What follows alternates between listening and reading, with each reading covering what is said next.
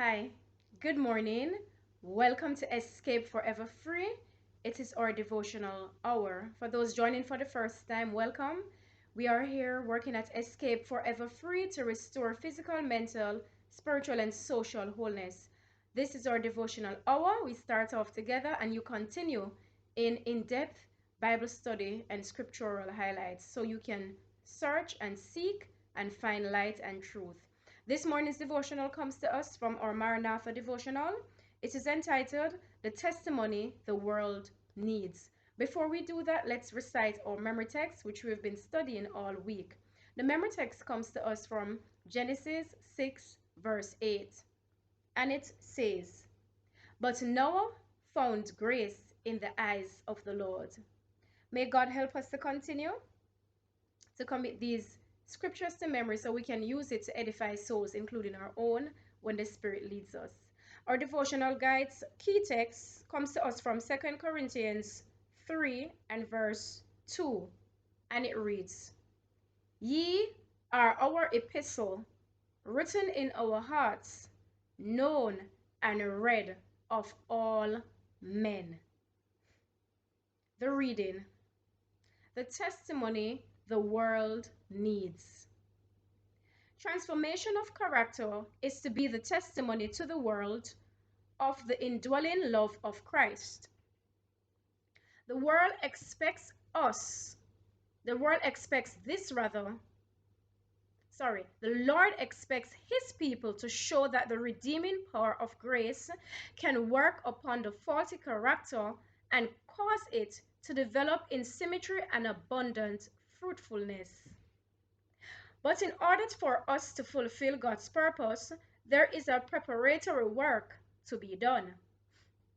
The Lord bids us empty our hearts of the selfishness which is the root of the alienation. He longs to pour upon us His Holy Spirit in rich measure, and He bids us clear the way by self-renunciation. When self is surrendered to God, our eyes will be open to the stumbling stones which our unChristlikeness has placed in the ways of others. All these God bids us remove. He says, quote unquote, confess your faults one to another and pray one for another, that ye may be healed. End of quote. James 5 verse 16. Then we may have the assurance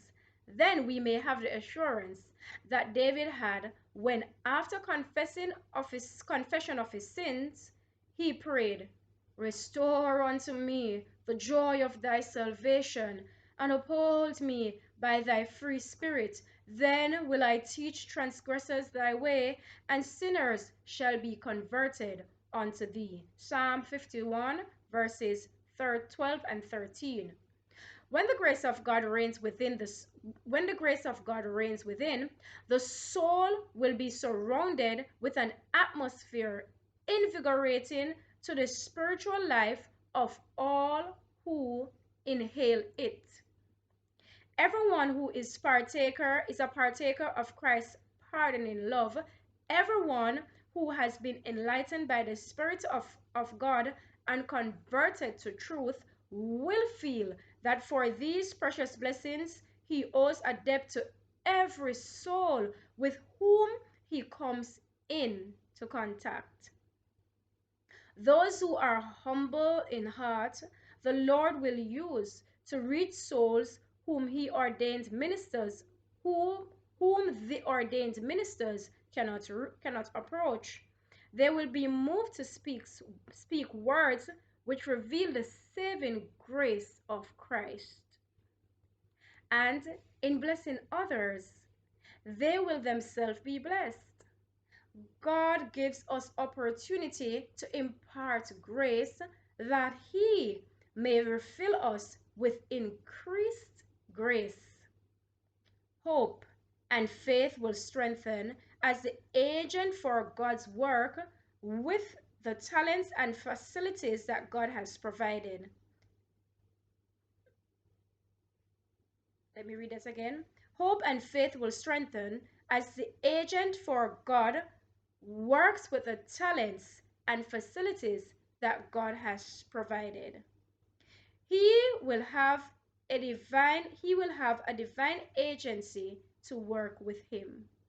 This morning we're reminded that we, the soul that is surrendered to God, the soul that will allow for the Holy Spirit to possess, the soul that will allow for divine agency to empower them, are the souls that are on duty for Christ. And we reflect exactly the testimony that the world needs. Will you bear the cross with Christ today and reflect the testimony that the world needs so that they can be saved from sin?